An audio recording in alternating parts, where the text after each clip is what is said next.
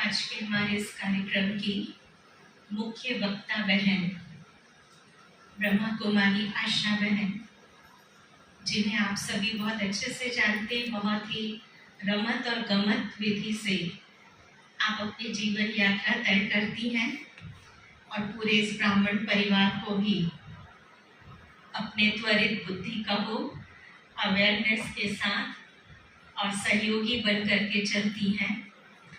आपने अपनी लौकिक पढ़ाई एमए पूरा करके पॉलिटिकल साइंस में, आपको बता दें आशा बहन ज्ञान में आने से पहले काफ़ी पॉलिटिकल फील्ड में, क्रिकेट के फील्ड में और जाने कितने फील्ड में पूरे जिसको कहना चाहिए युद्ध स्तर पर थी। और उसके बाद आपने स्कूल खोला, बच्चों को पढ़ाया और उसी दौरान जब मधुबन दादी जी से मिलना हुआ और एक ही बात दादी जी ने कहा कि नौकरी की टोकरी उठानी है या क्या करना है, बस वो दिन और आज आपको करीब 22 से 25 साल हो रहे हैं समर्पित रूप से अपनी ईश्वरी सेवाएं देते हुए। और उसके साथ साथ चाहे नीचे भंडारे में कुछ बनाना हो, कहीं भी कुछ करना हो, ऑलराउंडर हम कहें। तो पहले आपने अपनी संस्था का जो आर्ट एंड कल्चरल विंग था उसको भी बखूबी निभाया, क्योंकि बच्चों के सारे प्रोग्राम्स देखना, करना, कल्चरल एक्टिविटीज़। और उसके बाद अब फिर बड़ों के कहना चाहिए बड़ों ने निमित्त बनाया आपको इस ट्रांसपोर्ट विंग के जोनल कोऑर्डिनेटर के रूप में। और जिस दिन से आपने ये सेवा संभाली है, आप अपने पूर्ण एनर्जी के साथ इस सेवा में तत्पर हैं। तो आज के विषय को अच्छे से प्रकाश डालने के लिए मैं अनुरोध करती हूँ हमारे आदरणीय ब्रह्मा कुमारी आशा बहन से।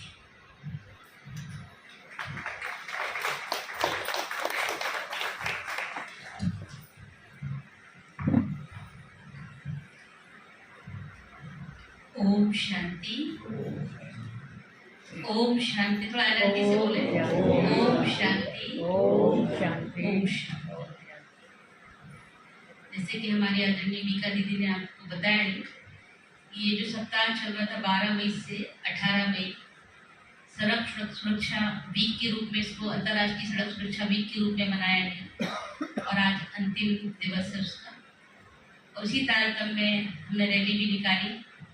रैली निकालने का उद्देश्य ये था कि हम सबको जागृत कर सकें, क्योंकि आज सड़क के ऊपर जितनी मौतें हो रही हैं उतनी कहीं नहीं हो रही। उसका कहीं ना कहीं कारण है वो ये है कि जागरूकता नहीं है, हमारी सतर्कता नहीं है।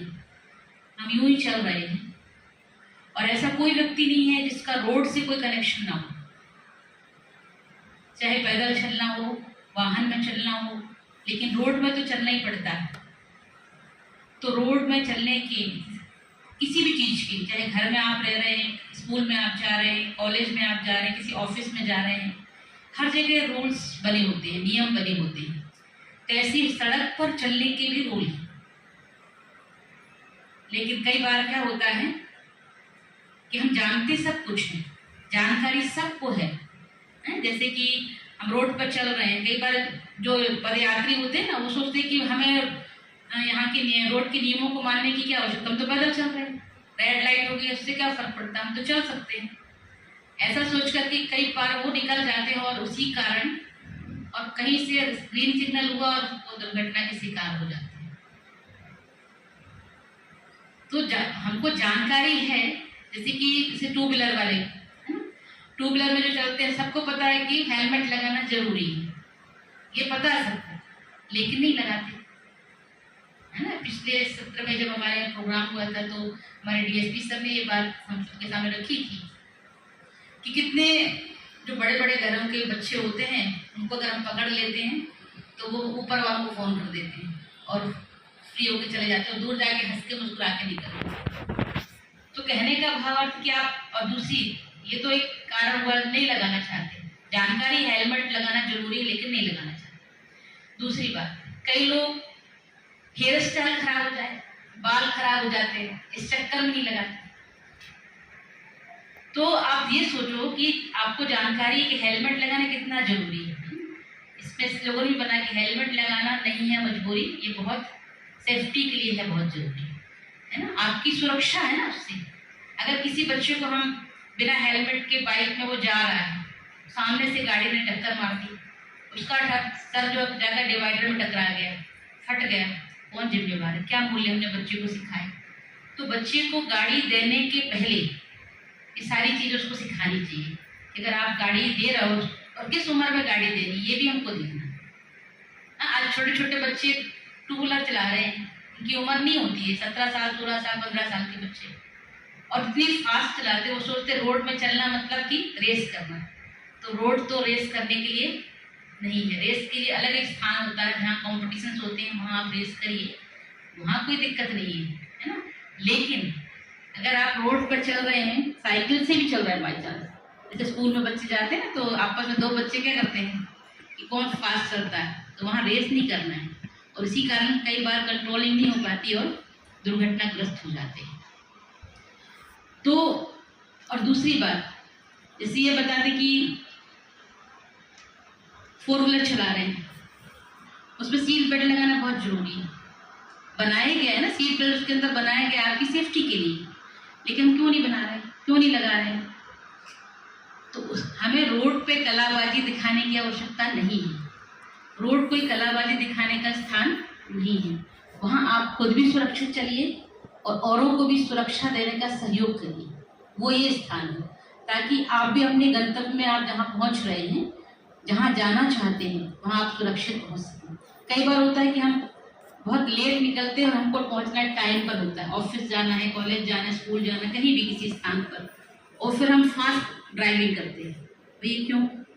पहले जल्दी निकल जाओ, टाइम से पहले निकल जाओ ताकि टाइम पे पहुँच जाओ।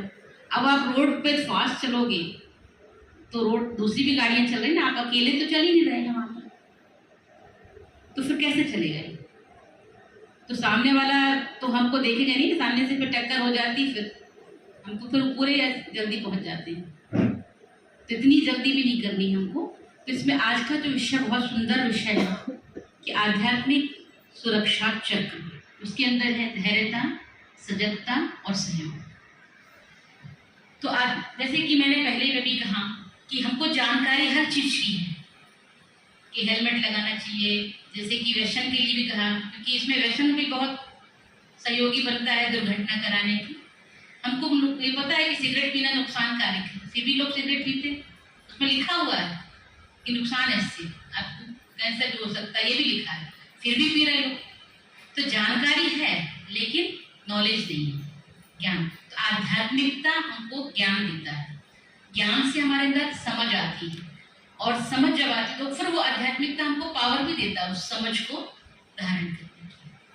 तो जैसे कि सबसे पहला जो है धैर्यता, जब हम रोड में चलें तो धैर्यता को धारण जरूर करें, वहाँ हम अधीरता ना दिखाएं, जल्दबाजी ना दिखाएं, क्योंकि जल्दबाजी से वहाँ कोई काम होने वाला नहीं है। आप जितनी जल्दी करोगे सामने वाले भी, सबको जल्दी, ऐसा कोई व्यक्ति नहीं जिसको कोई सोचे कि मैं तो आराम से जाना चाहता हूँ, सब कहते जल्दी जाके करोगे क्या?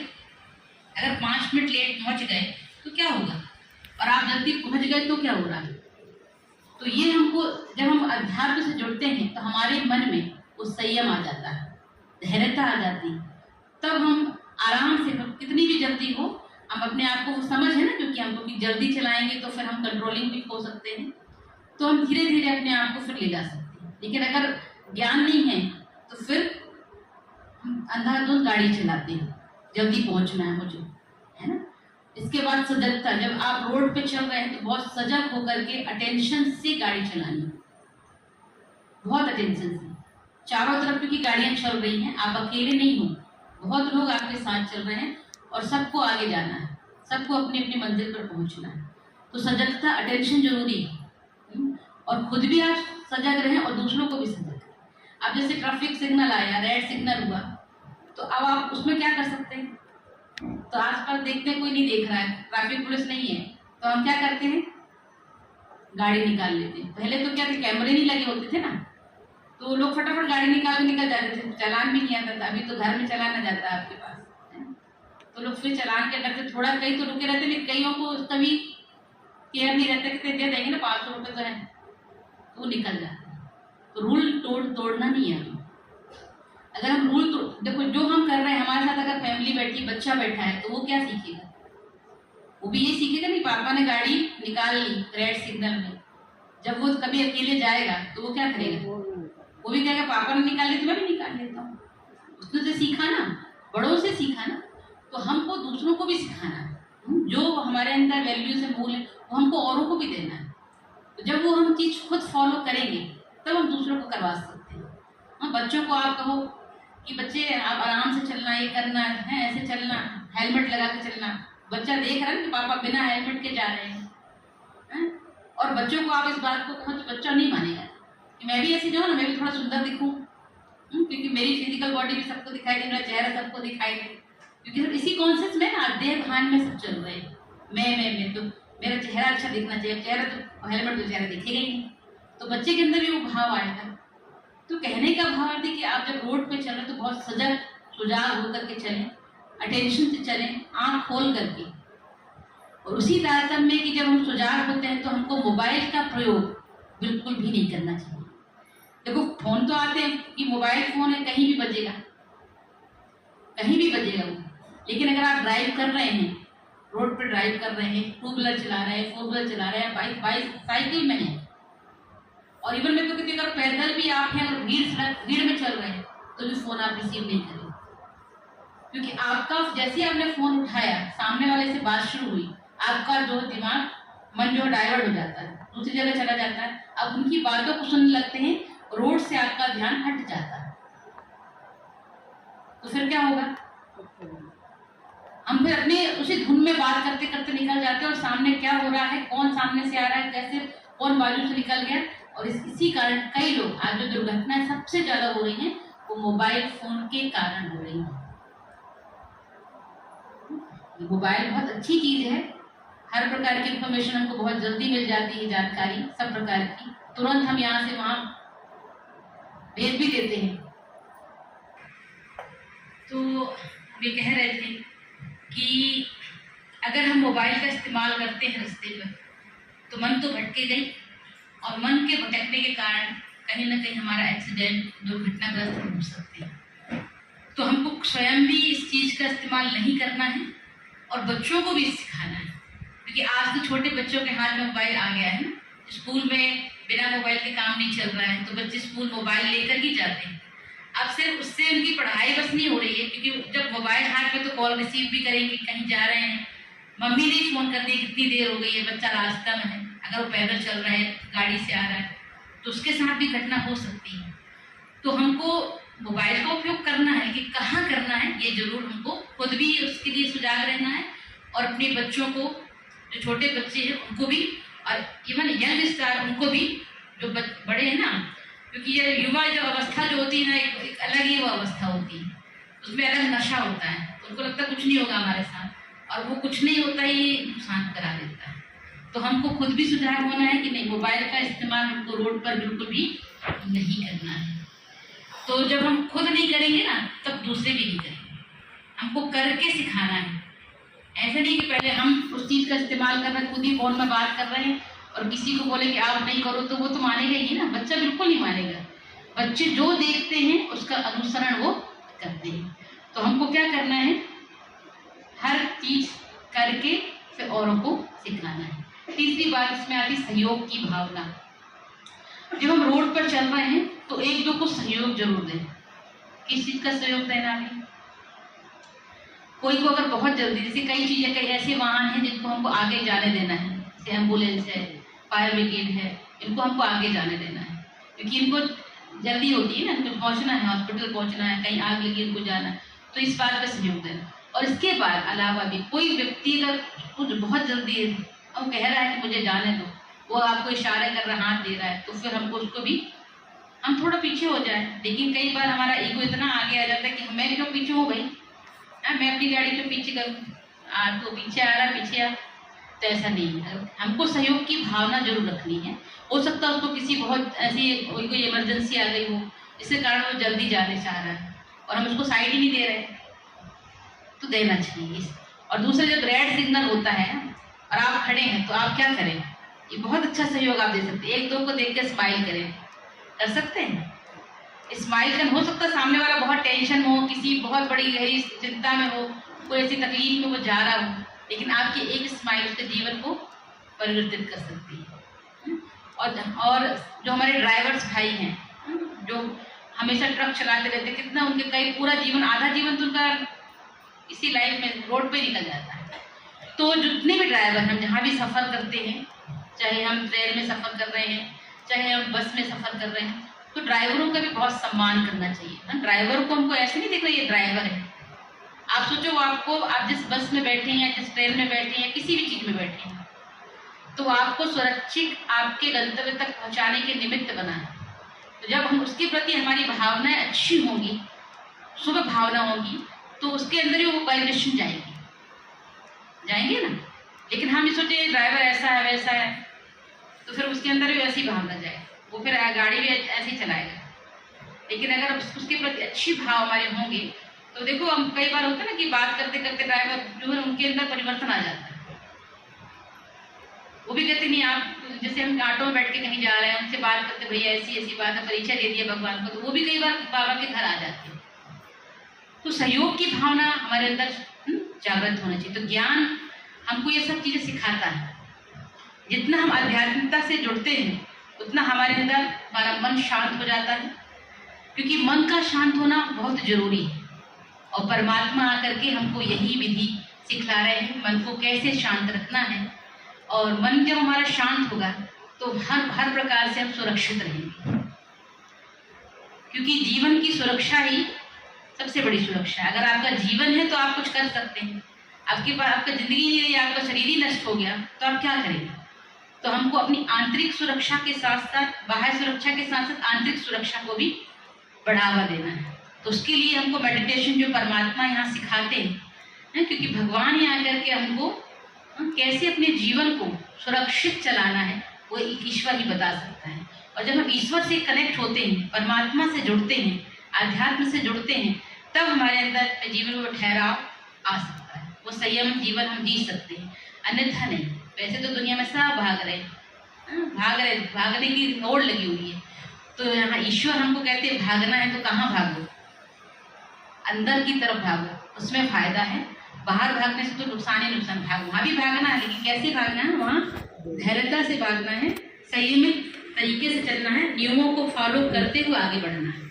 और यहाँ अंदर की तरफ भागने में कोई नुकसान नहीं है, क्योंकि इससे ईश्वर की प्राप्ति होती है।